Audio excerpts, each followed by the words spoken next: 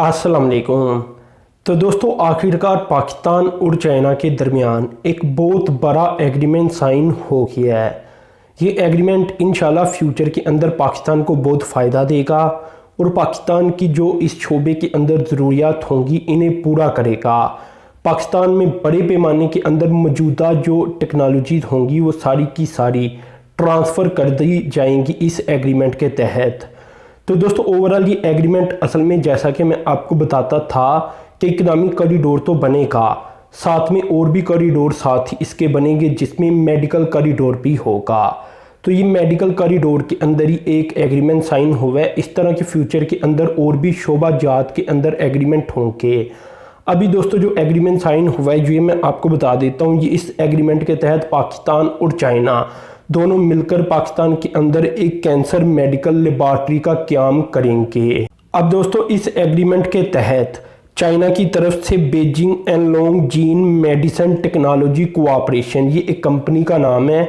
इसके बाद पाकिस्तान की तरफ से life free health technology Pakistan cooperation, ये पाकिस्तान की एक कंपनी का नाम है। इन दोनों के दरमियान ये एग्रीमेंट साइन हुआ है और ये दोनों ही ये वाली लेबॉर्ट्री बनाएंगे जिसका अभी मैंने जिक्र किया, जो कि कैंसर से रिलेटेड लेबॉर्ट्री होगी। अब दोस्तों, इस एग्रीमेंट के फ्रेमवर्क के अंदर ये डिसाइड किया गया कि पाकिस्तान और चाइना इन शोबाजात के अंदर रिसर्च करेंगे और कोलैबोरेट करेंगे एक दूसरे के साथ।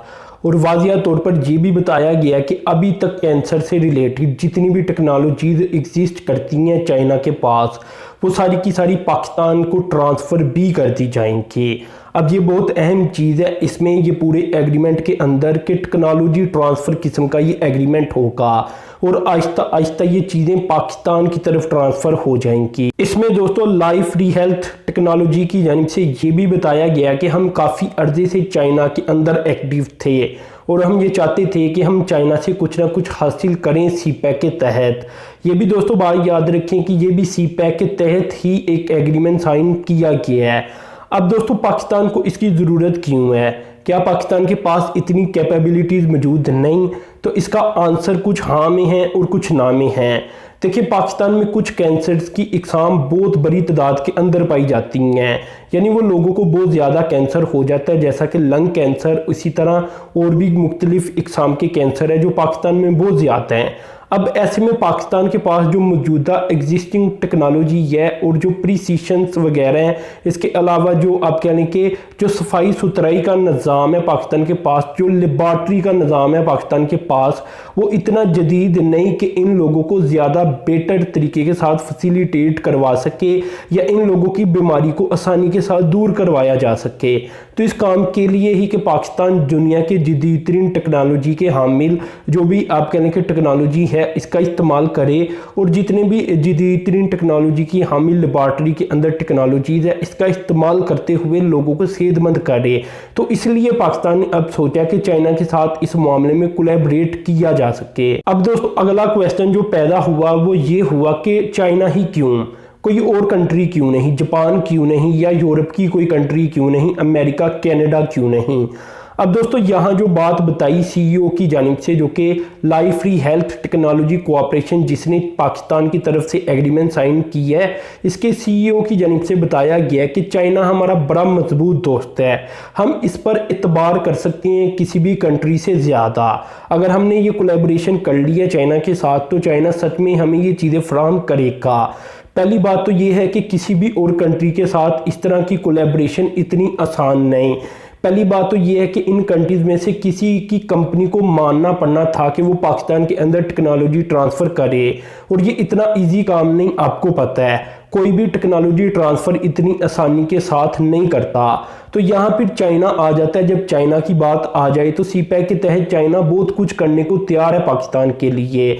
तो यही वजह सीईओ की जानिब से यही बताया गया है कि बस यही वजह है कि हमने चाइना के साथ इस मामले के अंदर अब कोलैबोरेशन करनी है और पाकिस्तान को तरक्की देनी है, कैंसर को शिकस्त देनी है। अब दोस्तों, दूसरी तरफ बात आ जाती है चाइनीज़ कंपनी की जिसका मैंने जिक्र किया। तो इसके भी जो ऑफिशियल्स ओहदेदारान हैं इनकी जानिब से बड़ी खुशी का इजहार किया गया है और इन्होंने कहा है कि हम पाकिस्तान को ये सारी चीज़ें यकीनन फराहम करेंगे और कोशिश करेंगे कि पाकिस्तान भी जल्द अज जल्द कैंसर को शिकस्त दे सके और जदीद तरीन टेक्नोलॉजी और रिसर्च के ऊपर चाइना के शाना बशाना काम कर सके।